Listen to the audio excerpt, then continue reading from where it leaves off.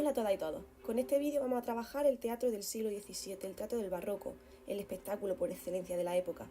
Veremos este género literario tanto en la vertiente de los textos como en la espectacular. Los edificios, los actores y el público van a tener mucha relevancia en este caso. Pero antes de adentrarnos en el siglo XVII, es necesario hacer un breve repaso porque ¿qué ocurrió hasta el siglo XVI? Ya vimos cuando estudiamos la Edad Media que el teatro tal y como se entendía en la época de Grecia y Roma, con aquellas tragedias y comedias tan bien trabajadas, no existía por estar fuera de los ideales del cristianismo. Sin embargo, sí que había representaciones que estaban muy ligadas a lo litúrgico, en especial durante fechas señaladas como el Corpus o la Navidad. A ellos se les llamaba los autos sacramentales. Durante el siglo XVI estos autores aumentaron, impulsados a finales del siglo por Fernando III, pero también empezó a haber escritores que trataban temas cortesanos y no solamente religiosos. Ejemplo de ellos son Gil Vicente y Bartolomé de Torres Naharro. El autor más importante del Renacimiento, sin embargo, fue Lope de Rueda, quien creó la primera compañía teatral en 1554.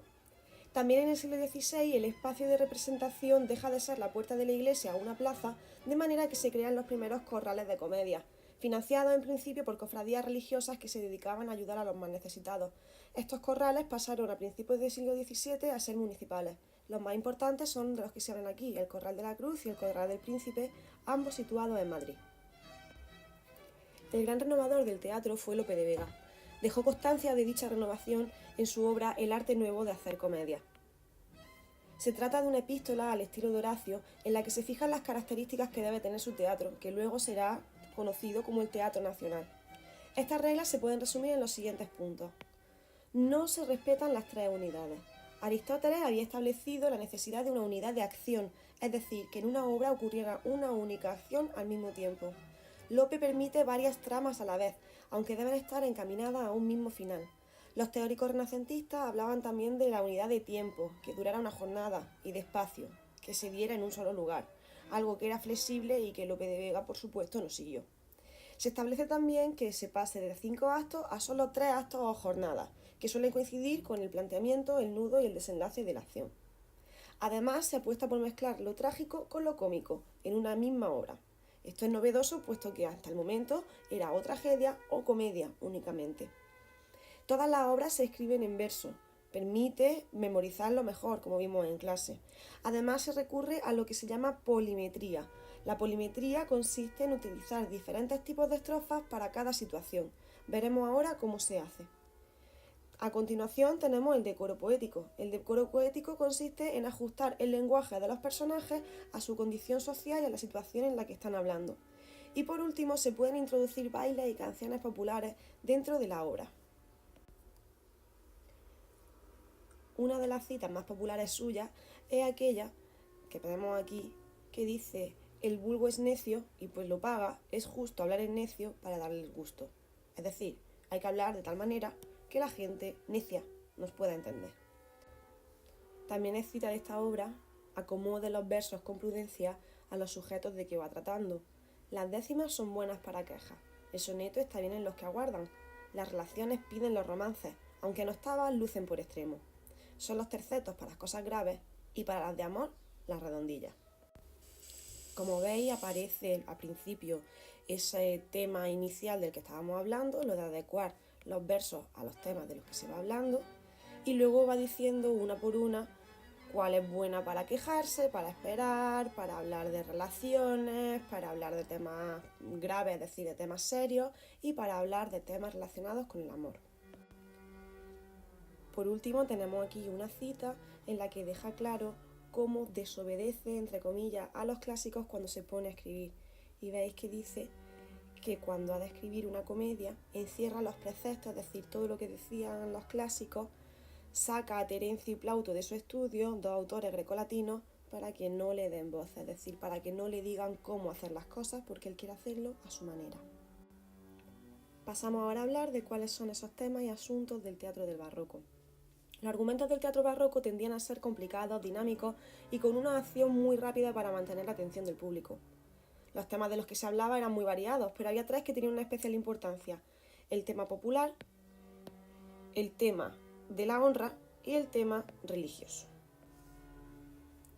El primero de estos temas saca de la tradición popular española hechos que resultan notables, de manera que se salta en los espectadores una identidad nacional que en un momento de decadencia haya que sacar a flote. Un ejemplo de este tipo de teatro es La prudencia en la mujer, de Tirso de Molina. Esta obra toma como base a María de Molina, esposa de Sancho IV, quien al morir su marido asume la regencia de Castilla hasta que su hijo fuera mayor de edad. Durante ese tiempo varios nobles la pretenden e intrigan para conseguir el poder, pero ella, fuerte, enérgica y prudente, salva el reino para su hijo Fernando IV. En la presentación que tenéis colgada en el Classroom aparece el vídeo con un fragmento de esta obra que sería interesante que vierais.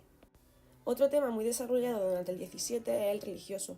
Como sabemos, la Contrarreforma tuvo una repercusión enorme en la literatura y el teatro es un instrumento predilecto para usarlo como propaganda de la religión católica. Así sirve para exaltar las creencias populares, la devoción a los santos y a las vírgenes, los milagros y las tradiciones piadosas. Los autos sacramentales, que ya se escribían en el 16, continúan ahora y son dramas que solo tienen un acto y que tratan de simbolizar en los personajes las diferentes virtudes cristianas. Además usaban eso que llamamos tramoya. Las tramoyas son una especie de efectos especiales de la época que trataban de asombrar más al público. El mejor escritor de autos sacramentales fue Calderón de la Barca. La devoción de la misa, que os pongo aquí, utiliza una leyenda medieval por la que un caballero fue salvado por un ángel que lo sustituyó justo cuando iba a morir este caballero en un combate. Por último, tenemos el tema más relevante y del gusto de la época, la honra. Es interesante distinguir entre dos conceptos que van ligados pero que no son iguales, el honor y la honra. La honra es un valor social que tiene que ver con lo que los demás puedan pensar de uno según su fama, su virtud y sus méritos. Siendo claro, hay que decir que la pérdida de la honra tiene un origen erótico y es siempre a través de la mujer por quien se pierde. La pérdida de la honra puede ser por una infidelidad dentro del matrimonio o por la pérdida de la virginidad.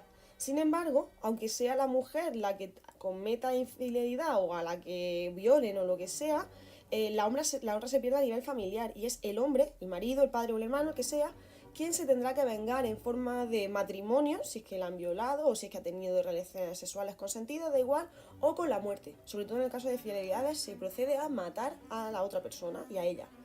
Al rey, sin embargo, esto no se le aplica. Por otro lado, sí que tenemos el honor. El honor es un sentimiento de tipo más individual de la dignidad de un cristiano viejo, que está al mismo nivel que la libertad y que la religión.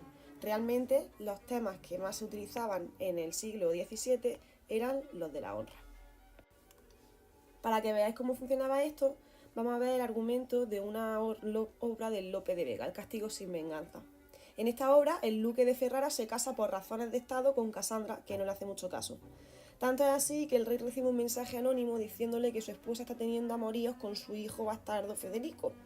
Como la ofensa se ha hecho en secreto, el duque de Ferrara decide hacer también una venganza en secreto. Y lo que hace es atar a su mujer, a Casandra, la cubre con una tela y a su hijo bastardo lo engaña haciéndole creer que es un asunto político lo que lo tiene allí y que tiene que matar a un traidor que es el que está debajo de ese saco. Federico, por supuesto, le obedece y de esa manera da muerte pública a su madrastra y al mismo tiempo a su amante. Hasta aquí hemos visto que el teatro tenía una función doble. Por un lado trataba de divertir a la gente y por otro lado trataba de servir como un modelo de comportamiento.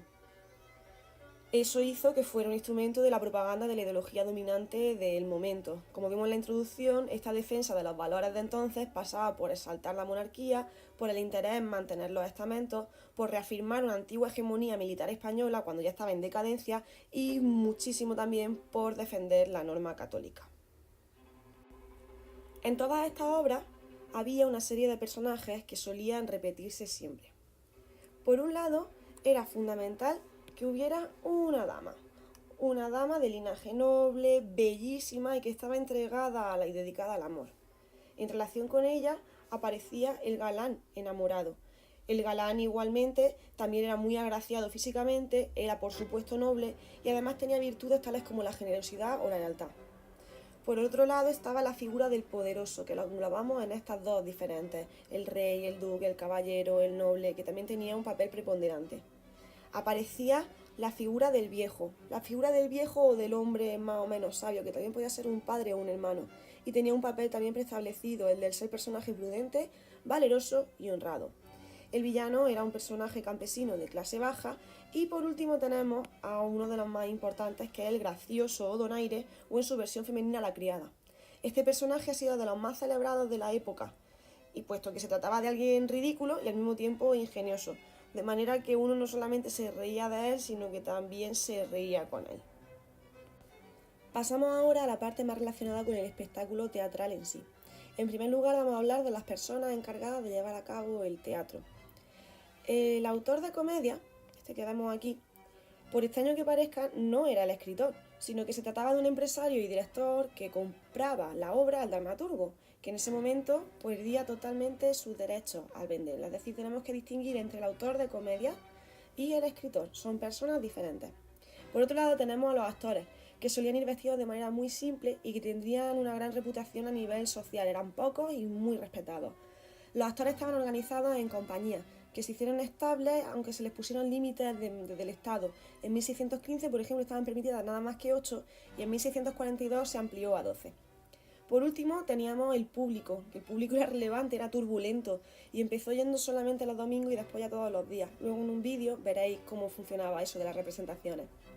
Este público pertenecía a todas las clases sociales, lo que no quiere decir que todas fueran a la vez al teatro o al mismo tipo de espectáculo, ya que, por ejemplo, había una gran diferencia entre asistir a un corral de comedia o a una representación en palacio. En los corrales de comedias, precisamente, hay personajes muy singulares, como los mosqueteros, los mantenedores del orden o mis favoritos, los poetas duendes. Estos últimos iban al espectáculo, lo memorizaban, lo escribían y así pirateaban la obra teatral. Vamos, no hemos inventado absolutamente nada. Ya hemos mencionado varias veces que el lugar de representación eran los corrales de comedia. Aquí tenéis una representación de uno de ellos. Se trataba de casas con un corral, con un patio, y en él había distintas zonas. Una de ellas, esta, para quedarse de pie, y otra más cara para sentarse más cerca, las gradas con bancos. Como podéis ver, el escenario está puesto en alto, de manera que la vista pueda fijarse en los actores, y justo debajo está el foso, del que pueden salir mediante mecanismos donde se preparan los actores. Arriba, tras estas rejas de aquí, están los aposentos, desde donde las mujeres de mayor linaje veían las representaciones para no ser vistas al mismo tiempo. Las mujeres en general, sin embargo, se sentaban en las cazuelas, aquí, arriba. Es interesante que veáis dos vídeos relacionados con este tema. Uno de ellos es un fragmento de la película López y el otro es un vídeo de Arte Historia, que deberíais contestar a estas preguntitas que os pongo por aquí. Este vídeo que lo tenéis en el Classroom. Finalmente hay que hablar de la puesta en escena. En los corrales los decorados pues no eran muy realistas. Aquí veis un ejemplo de cómo era un corral, no podían hacerse grandes cosas aquí detrás. A partir de la época de Calderón, sin embargo, ya sí se empiezan a complicar más, y en el teatro cortesano, en el teatro del palacio, muchísimo más aún. Entonces lo que se solía hacer era lo que se llamaba un decorado verbal, es decir, mediante las palabras iba dándose a conocer al público la situación en la que se encontraba la acción. También se suplen los decorados complejos con lo que se llama la ticoscopia, es decir, que los testigos cuenten qué es lo que han visto, y así el público puede ir haciéndose la idea de qué es lo que se supone que tendría que haber. Con las cortinas, con las distintas alturas, etcétera, así se da la sensación de un decorado más elaborado, así como con el acompañamiento de la música y las máquinas de tramoyas, fuera cual fuera su complejidad. Un espectáculo teatral no eran solamente los 3 actos del teatro, sino que en primer lugar se hacía una loa, una pequeña representación que luego primero fue un monólogo y luego se convirtió en diálogo, en la que aparece música y se introduce la obra teatral en sí. Después de cada acto, a modo de intermedio, aparecen los entremeses. Los entremeses eran una pequeña obra de teatro, una obrilla chiquitilla de teatro con un corte bastante cómico, de las que fue un gran autor, por ejemplo, Cervantes. Y por último, antes de terminar del todo el espectáculo, cuando ya se ha concluido la acción principal, hay una mojiganga, que era otra pequeñísima obra de teatro en la que los personajes, muy extravagantes todos ellos, bailaban y divertían al público con música y de todo. Y bueno, con esto terminamos la parte del teatro del barroco introductoria.